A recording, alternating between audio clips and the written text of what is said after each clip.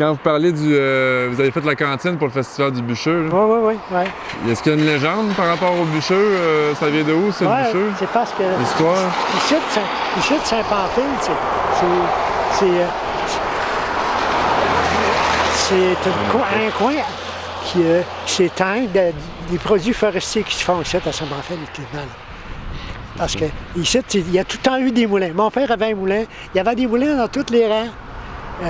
À la frontière, il y avait deux industries. Il y avait Matériaux Blanchette aujourd'hui, puis Mébec aujourd'hui. Monsieur. Avant ça, c'était d'autres moulins que Mébec ont racheté. Matériaux, c'était un autre producteur qui ont été revendus à Matériaux Blanchette. Matériaux Blanchette, puis là, il s'est étendu dans le Maine. Il faisait des chantiers dans le Maine. Mébec faisait chantier dans le Maine dans les années 50. Dans le temps,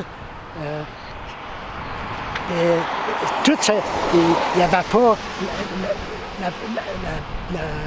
dans les années 50 et 60, tout se faisait à la main. Il n'y avait pas de...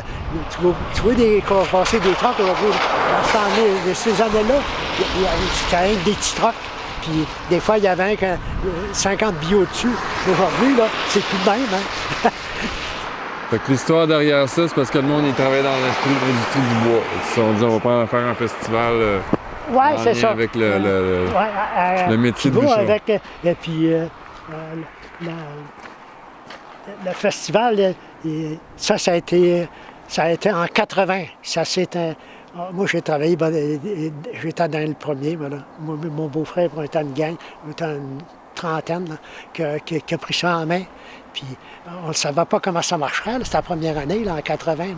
Il y avait d'autres festivals qui se faisaient ailleurs. Il y en avait à Sainte-Perpétue, il y en avait à Sainte-Louise, le festival Purgène, Zim.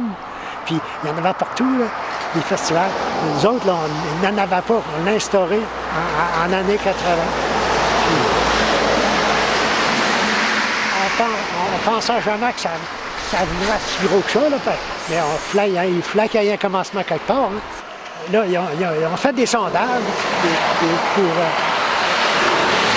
faire des thèmes, puis un logo pour ça. Puis là, ils ont trouvé, ça prenait un personnage pour lancer ça. Là. Je ne sais pas si tu as entendu parler. Il y avait un gars qui travaillait dans le bois, puis il l'appelait Pistoc. Puis c'était un bûcheron là, qui était une légende quasiment dans ce coin, dans le Maine. Fait que là, ils ont parti avec Pistoc, puis là, ils ont mis un panache d'ornial sur la tête pour identifier la forêt du Maine, puis avec Pistoc. Puis quand tu vois, il y a un petit musée, ça s'appelle le Gaudin d'or. Mais là, il y a beaucoup d'affaires. Si tu revois ça, ça va valoir la peine de voir ça. Mais non, on pourra y aller voir si ça t'adonne.